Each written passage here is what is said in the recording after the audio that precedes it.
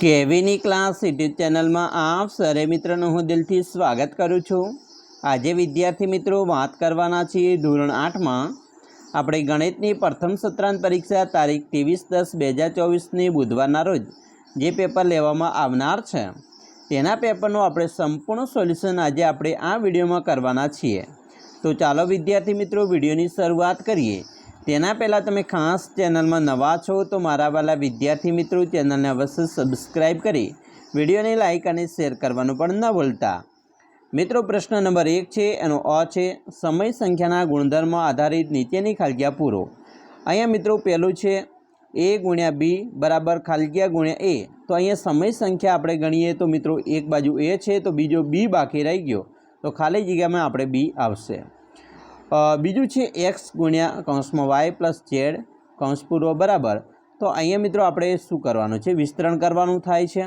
તો x plus x ગુણ્યા y અને આ બાજુ છે પ્લસ x ગુણ્યા z બરાબર, કારણ કે xને આપણે y સાથે પણ ગુણવાના છે અને z સાથે પણ ગુણવાના છે એટલે આપણે અહીંયા આવશે x ગુણ્યા z તો છે જ, તો xને y વડે ગુણવાના થાય છે। ચાલો ત્રીજો પ્રશ્ન છે સમય સંખ્યા માટે સરવાળાની ગાણિતિક ક્રિયામાં તટસ્થ ઘટક ખાલીજગ્યા છે। તો તટસ્થ ઘટક છે તે 0 છે। 4 બે સમય સંખ્યાનો ગુણાકાર હંમેશા ખાલીજગ્યા હોય તો સમય સંખ્યા જ હોય છે। 5 સમય સંખ્યા માટે જૂથના નિયમોનું પાલન ખાલીજગ્યા અને ખાલીજગ્યા ક્રિયા માટે થતું નથી તો બાદબાકી અને ભાગાકારની ક્રિયા માટે થતું નથી।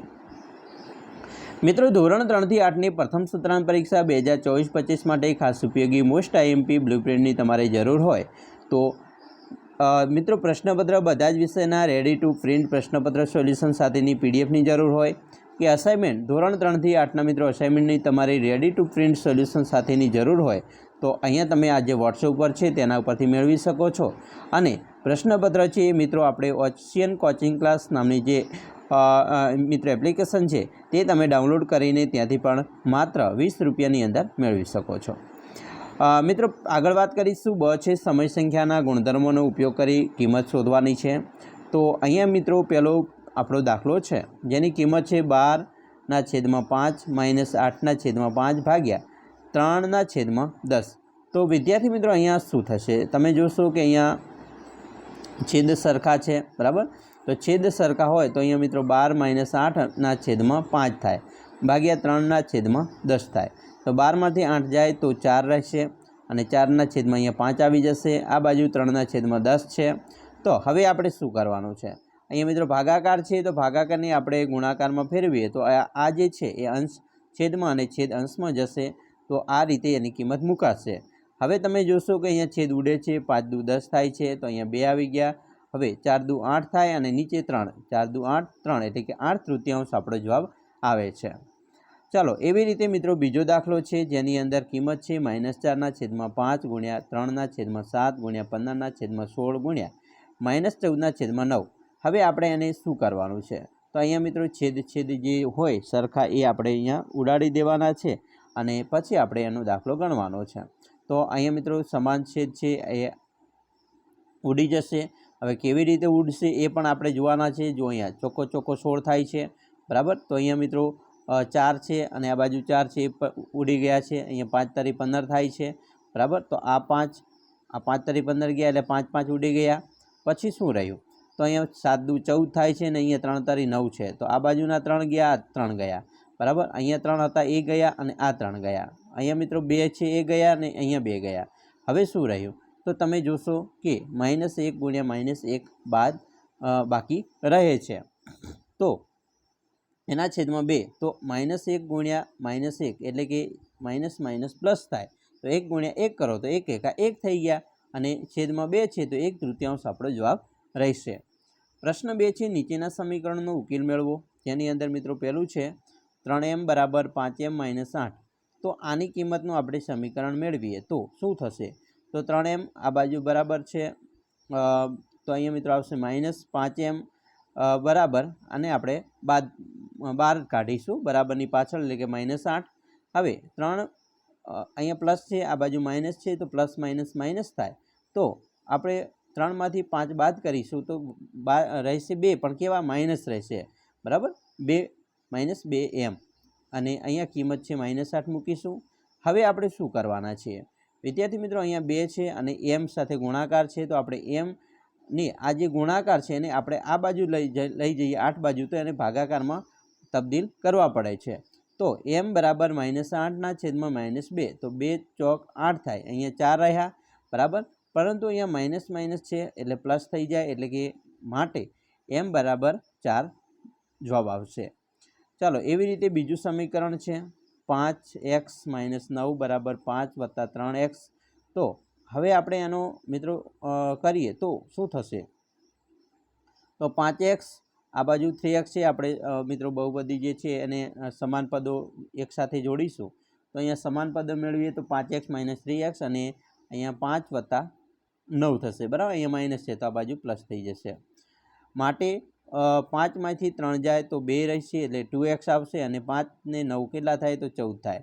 હવે અહીંયા મિત્રો આ બાજુ ગુણાકારમાં છે તો આ બાજુ ભાગાકારમાં જાય તો x બરાબર 14/2 એટલે કે 7 દુ 14 થાય, અહીંયા 7 આવ્યા તો x બરાબર 7 આવશે. ત્રીજો મિત્રો દાખલો છે જેની અંદર પણ 5x + 3/2 બરાબર 3x/2 - 14.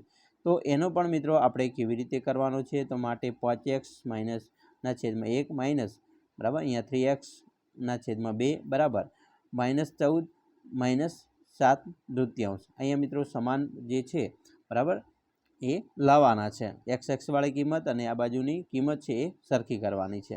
તો અહીંયા મિત્રો જવાબ આવશે 10x - 3x/2 આવશે. કેમ ભાઈ આવ્યા? તો કારણ કે અહીંયા છેદ સરખા કર્યા છે, તો આપણે અહીંયા છેદ સરખા કરવા હોય તો 1 ને 2 વડે ગુણવા પડે, તો અહીંયા 2 વડે ગુણીએ તો ઉપર પણ 2 વડે ગુણવા પડે, એટલે 5 દુ 10 થયા. તો અહીંયા મિત્રો જુઓ, તમે જોઈ શકો છો 10x કર્યા છે, 3x કર્યા છે અને છેદ 2 સમાન કર્યા છે બરાબર. હવે આ બાજુ જોઈએ તો મિત્રો શું થાય છે? એમાં પણ છેદ સરખા કરવા પડે છે બરાબર. ત્યારે 14 દુ 28 થાય અને આ બાજુ છેદ 2 આવી ગયા સરખા, અહીંયા -7 આવી ગયા. હવે શું થશે? તો 10માંથી 3 બાદ કરીએ તો 7 રહેશે, 7x, અને આ બાજુ શું રહેશે? તો -28 માઇનસ માઇનસ પ્લસ થાય, તો 28માંથી 28માં 7 ઉમેરીએ તો 35, પણ કેવા રહેશે? -35 રહેશે બરાબર. અહીંયા છેદ સરખા છે. હવે આપણે માટે અહીંયા આવશે ગુણાકારમાં છે, આ બાજુ ભાગાકારમાં જાય તો 35/7, તો 7 × 5 = 35 થઈ ગયા, અને આપણો જવાબ આવી જશે x બરાબર -5. પ્રશ્ન 3, નીચેના સમીકરણોનું સરળ સ્વરૂપમાં રૂપાંતર કરી ઉકેલ મેળવો. તો વિદ્યાર્થી મિત્રો અહીંયા પહેલો દાખલો છે, એની કિંમત છે 3 × 5x - 2 બરાબર 4 × 3x - 1. તો હવે શું થશે? તમે જોશો અહીંયા ગુણાકાર કરવો પડે પહેલાં તો 3 × 5 = 15x થાય, અહીંયા 3 દુ 6 થશે, આ બાજુ 4 તારી 12 થાય, 12x, અને 4 એકા 4 થયા બરાબર. આટલી ખ્યાલ તમને આવી ગયો હશે. હવે આપણે આગળ જોઈએ તો માટે 15x માઇનસ, મિત્રો અહીંયા શું કરવાનું છે બરાબર? સમાન જે છે પદો એ સરખા પદો આપણે પાસે લાવીશું બરાબર. અહીંયા પાસે લાવી દીધા. હવે 15માંથી 12 બાદ કરીએ તો 3x રહેશે, અને માઇનસ પ્લસ માઇનસ છે તો 6માંથી 4 જાય તો 2 રહેશે, પણ કેવા પ્લસ મિત્રો? મોટી સંખ્યા છે એની આગળ પ્લસ છે એટલે ધન રહેશે બરાબર 2. હવે આપણે એને ગુણાકાર છે તો એને ભાગાકારમાં જશે, તો 2ના છેદમાં અહીંયા 3 થઈ જશે, છેદ નહીં ઉડે એટલે જવાબ થશે x બરાબર x બરાબર 2/3.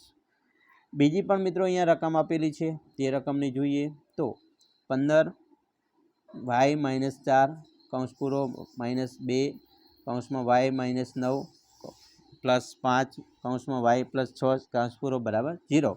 તો હવે આ પદને આપણે શું કરવાનું છે? આને ગુણાકાર કરી દેવા પડશે. પહેલાં તો 15 ચોક 60 થાય બરાબર, 2y આવશે, 2 નો 18 થઈ ગયા, 5y આવશે, અને 5 × 6 = 30 થઈ જશે, ને અહીંયા 0. હવે આટલા સુધી ખ્યાલ આવી ગયો. હવે શું કરવાનું છે?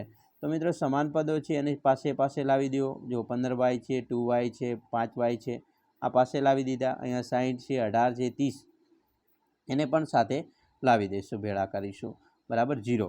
હવે શું થશે? તો મિત્રો 15 અહીંયા તમે જોશો તો માઇનસ પ્લસ માઇનસ થાય બરાબર, ને અહીંયા પણ પ્લસ માઇનસ માઇનસ થાય, એટલે 15માંથી 2 બાદ કરો તો શું થશે? તો 15માંથી 2 બાદ કરો તો મિત્રો રહેશે 13. હવે અહીંયા પાછા કેવા આવશે? અહીંયા તો પ્લસ છે, અહીંયા પ્લસ છે, તો હવે પાછા 15માં 13 માં 5 ઉમેરો તો 18 થઈ ગયા, તો 18y થઈ ગયા બરાબર। અહીંયા આવશે આપણે માઇનસ પ્લસ માઇનસ કરીએ તો જવાબ આવશે 12 બરાબર 0। હવે શું થાય છે, હવે મિત્રો અહીંયા 18y છે તો વાયને આપણે 18 છે એને ભાગાકારમાં લઈ જઈએ તો 12/18 થાય। હવે છેદ ઉડાડીએ બરાબર, તો તમે જોશો 6 દુ 12 થાય અને અહીંયા 6 તારી 18 થાય, તો 6 6 ઉડી ગયા, વધ્યા 2/3, તો y બરાબર 2/3 જવાબ રહેશે। પ્રશ્ન મિત્રો 4 છે એનો અ છે ચતુષ્કોણના ગુણધર્મના આધારે નીચેના વિધાનો ખરા છે કે ખોટા તે જણાવવાના છે। મિત્રો પહેલો અહીંયા આપણો દાખલો છે, અહીંયા વિધાન છે દરેક લંબચોરસ ચોરસ છે, તો આ ખોટું વિધાન છે। બીજું છે વિધાન દરેક સમબાજુ ચતુષ્કોણ પતંગાકાર ચતુષ્કોણ છે, એ વિધાન પણ ખોટું છે। ત્રીજું દરેક લંબચોરસમાં વિકર્ણોની લંબાઈ સમાન હોય છે, તો ખરું વિધાન છે। ચોથું દરેક સમાંતર બાજુ ચતુષ્કોણ સમલંબ ચતુષ્કોણ છે, તો ખરું વિધાન। અને 5 દરેક સમાંતર બાજુ ચતુષ્કોણ ચોરસ હોય છે, તો આ વિધાન ખોટું છે। પ્રશ્ન મિત્રો 4 છે એનો બ છે નીચે આપેલા દાખલા ગણવાના છે। અહીંયા મિત્રો દરેકના 3 ગુણ તમને મળવાપાત્ર થાય છે। પહેલો દાખલો છે, અહીં આપેલ આકૃતિ સમબાજુ ચતુષ્કોણ PQRS ની છે બરાબર, જોઈ શકો છો। આકૃતિમાં દર્શાવેલ વિગત પરથી એક્સ વાય અને ઝેડ શોધવાના છે। તો મિત્રો સમબાજુ ચતુષ્કોણના વિકર્ણો પરસ્પર દુભાગે તો માટે x બરાબર 4 અને y બરાબર 3 થાય બરાબર। x બરાબર મિત્રો અહીંયા જુઓ x બરાબર 4 અને y બરાબર 3 થાય છે। તો સમબાજુ ચતુષ્કોણના દરેક બાજુના માપ સમાન હોય તો શું થશે, તો z બરાબર 5 થશે। બીજો દાખલો છે ABCD લંબચોરસ આકૃતિમાં દર્શાવેલ છે જેના વિકર્ણો પરસ્પર બિંદુ 0માં ઓમાં છેદે છે। જો AO બરાબર 3x - 5 અને OD બરાબર 2x + 7 હોય તો x શોધવાનો છે। તો મિત્રો લંબચોરસના વિકર્ણો સમાન હોય છે માટે 3x - 5 બરાબર 2x + 7, તો 3x - 2x અહીંયા સમાન પદો આવશે નજીક, અને 7 + 5 થશે। તો મિત્રો 3માંથી 2 જાય તો 1 જ રહે, એટલે કે x રહેશે, અને 7 ને 5 12 થાય, તો અહીંયા જવાબ આવશે x બરાબર 12। પ્રશ્ન મિત્રો 5 છે, નીચેના દાખલાઓ ગણવાના છે। નીચે આપેલી આકૃતિમાં xનું મૂલ્ય શોધો। વિદ્યાર્થી મિત્રો અહીંયા આપણે xનું મૂલ્ય શોધીએ તો આકૃતિ મુજબ તો બહિષ્કોણના માપનો સરવાળો 360° થાય। જેમ કે 90 + જો અહીંયા 90 આપેલા છે, 50 છે, 110 છે અને x છે એનું માપ શોધવાનું છે બરાબર, તો બરાબર 360। હવે શું કરવાનું છે, તો મિત્રો આનો સરવાળો 250 થયો પ્લસ x બરાબર 360। હવે x અહીંયા 360 અને માઇનસમાં લઈ જઈએ 250, તો 360માંથી 250 બાદ કરીએ તો આપણો જે જવાબ આવે છે 110, તો x બરાબર 110° ખૂણો હશે। બીજો છે એક નિયમિત બહુકોણની કેટલીક બાજુઓ હોય છે તો તેના દરેક બહિષ્કોણનું માપ 60° થાય, એવો પ્રશ્ન કર્યો છે। તો મિત્રો બાજુઓની સંખ્યા તો 360° ભાગ્યા બહિષ્કોણનું માપ, તો 360°, બહિષ્કોણનું માપ 60 છે, તો 0 0 ઉડી ગયા, 6 6 36, એટલે કે બાજુઓની સંખ્યા કેટલી હશે, 6 હશે। પ્રશ્ન 6 અહીં આપેલ પાઈ ચાર્ટમાં વિવિધ વસ્તુઓના ખર્ચ ટકાવારીમાં દર્શાવેલ છે। જો કુટુંબની કુલ માસિક આવક 20,000 હોય તો તેને નીચેના પ્રશ્નોના જવાબ આપો। મિત્રો અહીંયા તમને એક જે પાઈ બરાબર અહીંયા વર્તુળાલેખ છે, અને અલગ અલગ કપડાં 10% છે, ખોરાકના 25% છે બરાબર, બાળકોનું શિક્ષણ 35% છે, મકાન ભાડું 10% છે બરાબર, પરિવહનના 5% છે, અન્ય 20% છે બરાબર, અને બચત 15% છે। તો આના આધારે આપણે મિત્રો પાઈ ચાર્ટ છે એના આધારે પ્રશ્નોના જવાબ આપીએ તો પહેલું છે કઈ વસ્તુનો ખર્ચ મહત્તમ છે એટલે વધારે છે, તો 25% છે, અને તે છે ખોરાક બરાબર। કઈ વસ્તુ માટે સૌથી ઓછો ખર્ચ થાય છે, તો મિત્રો અહીંયા તમે જોશો પરિવહન માટે 5% છે એટલે ઓછો થયો। ત્રીજું કઈ વસ્તુનો ખર્ચ કુટુંબની બચત જેટલો છે, તો 15% બચત છે, તો કયો હશે, બાળકોનું શિક્ષણ 15% છે, તો આપણો જવાબ આવશે બાળકોનું શિક્ષણ। 4 ખોરાક માટેના માસિક ખર્ચ કેટલો છે, મિત્રો ખોરાક માટેનો માસિક ખર્ચ તમે જોશો તો અહીંયા 25% છે, એટલે કે 100% બરાબર 20,000, 25% કેટલા, તો 25 × 20,000 ભાગ્યા 100 કરીએ તો આપણો જે જવાબ આવે છે તે 5,000 આવશે, તો 5,000 રૂપિયા છે બરાબર એનો ખોરાક માટેનો માસિક ખર્ચ। પાંચમો દાખલો છે બાળકોના શિક્ષણ માટે માસિક કેટલા રૂપિયા ખર્ચાય છે, તો મિત્રો બાળકોના શિક્ષણ માટે 15% છે, તો 15 × 20,000 ભાગ્યા 100, તો અહીંયા છેદ ઉડાડીએ તો 15 દુ 30, એટલે કે 3,000 રૂપિયા ખર્ચાય છે। છઠ્ઠો દાખલો છે કઈ વસ્તુ માટે માસિક ખર્ચ 1,000 રૂપિયા થાય છે, તો મિત્રો 1000 રૂપિયા હોય તો એના માટે 20,000 એ 100%, તો 1000 એ કેટલા?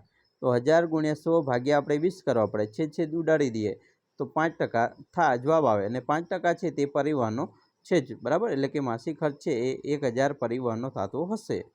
તો વિદ્યાર્થી મિત્રો, આપણે જે છે એ પ્રશ્ન નંબર 1 થી 6 સુધીનું સોલ્યુશન જોયું છે. હવે બાકીના જે પ્રશ્નો છે તમારે 7મા પ્રશ્નથી જે 11, 12 સુધીના જે પ્રશ્નો છે, આપણે જે મોસ્ટ આઈએમપી પેપર બનાવેલું છે તે જોવાના છીએ. અહીંયા મિત્રો 15 મિનિટ ઉપરનો વિડીયો બની ગયો છે, તમે જોઈ શકો છો. જો અહીંયા ઘણા મોટું પ્રશ્નપત્ર છે, તો આપણે તમામ એક જ વિડીયોમાં શૂટ ન કરી શકીએ. એના માટે આપણે 11મા પ્રશ્ન સુધી આપણે કરવાનો છે, એટલે કે 7 થી 11મા પ્રશ્ન સુધીનું સોલ્યુશન આપણે એક નેક્સ્ટ વિડીયો બનાવીશું અને તેમાં મૂકી દઈશું. તો તમારે મિત્રો જોવાનું ચૂકતા નહીં, અને તમામ પ્રકારનું સોલ્યુશન તમને આપણે આપી દઈશું, બરાબર. તો ચાલો વિદ્યાર્થી મિત્રો, અમે આશા રાખીએ છીએ તમને આપણા વિડીયો ખૂબ જ ઉપયોગી નીવડશે. અને ખાસ વિડીયો ગમે હોય તો મિત્રો લાઇક, શેર અને સબસ્ક્રાઈબ કરવાનું પણ ન ભૂલતા. તો ચાલો મિત્રો, મળીશું ફરી નેક્સ્ટ વિડીયોમાં, એટલે કે પ્રશ્ન નંબર 7 થી આપણે 11મા પ્રશ્ન સુધી ફરીથી વિડીયો લઈને આવીશું.